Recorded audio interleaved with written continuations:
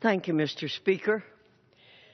Mr. Speaker, today, too many Americans struggle to realize the dream of higher education. Our current system is unaffordable, inflexible, and outdated, and it has resulted in too many students unable to complete college, saddled with loan debt, and ill-equipped to compete in our modern economy. In recent years, burdensome federal regulations, a lack of transparency, and a dizzying maze of student aid programs have only contributed to the problem. Students and families deserve better. Mr. Speaker, when my husband and I were in high school and contemplating the possibility of college, we were penniless people with families with not, in his case, his parents had no formal education. They couldn't read and write. And my family had very limited education. But we understood then that the way out of poverty was to go to college, work hard, get a good job. And folks like us who had no resources could do that. It is very difficult for people in this day and time to do what he and I did. He graduated from college with a very small debt. I graduated from college with absolutely no debt because of working my way through. It did take me 7 years to do it, but I was able to do it. Mr. Speaker, we want to be able to provide an environment in this country where people with very limited resources can do what my husband and I and millions of other young people did in the past, which is get a higher education without going deeply into debt to do so. The upcoming reauthorization of the Higher Education Act provides Congress an opportunity to help every individual, regardless of age, location, or background, access and complete higher education if they choose.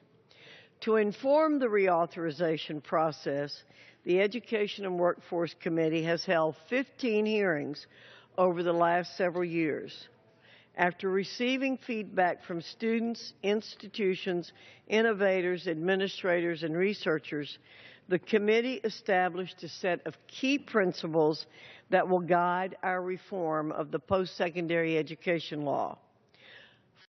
We must empower students and families to make informed decisions when it comes to selecting the institution that meets their unique needs. Today's higher education resources are incomplete, inaccurate, and often complicate the financial aid process, misguiding students about their academic and financial options. Developing a more streamlined and transparent system, as well as enhancing financial literacy services, will help students better understand the higher education landscape and make choices based on easy-to-understand, relevant information. Second, we must simplify and improve student aid. Currently, the federal government operates more than 10 aid programs, each with its own set of rules and requirements. Many students, particularly first-generation and low-income students, are overwhelmed by the complexity of the current system, which can ultimately deter them from accessing the aid that will help make college a reality. Consolidating this patchwork of aid programs will simplify the application and eligibility process and help more students understand, manage, and repay their debt. Third, we must promote innovation, access, and completion. In recent years, as the post-secondary student population has changed, many institutions have developed new approaches to delivering higher education. including competency-based curriculums and online classes. The federal government should make every effort to support these innovations, as they have enabled more Americans to earn a degree or certificate faster, with less cost and without additional disruption to their daily lives. Finally, we must ensure strong accountability while limiting the federal role. The current administration has subjected institutions to onerous regulations and requirements, which have created a costly and time-consuming process, hampered innovation, and jeopardized academic freedom.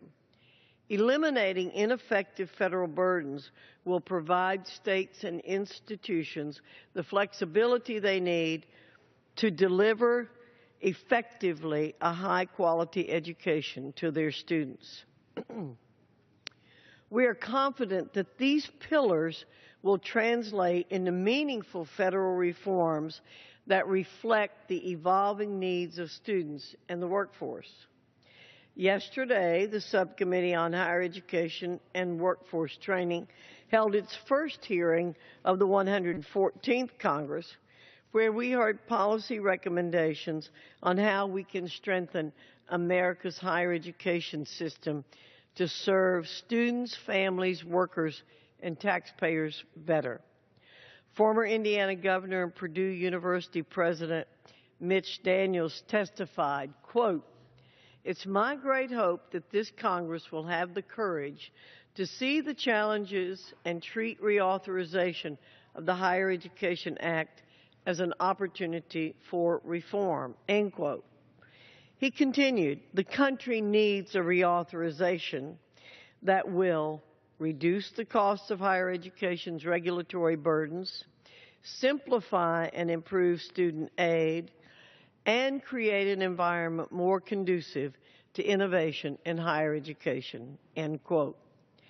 Dr. Christine Keller, Vice President of the Association of Public and Grant Universities, stressed the need for access to clear, meaningful data to answer questions and provide essential information for higher education stakeholders, for students and families to make more informed decisions about where to attend college, for policymakers to determine allocation of public resources and evaluate institutional effectiveness, and for college leaders to facilitate innovation and successful student outcomes.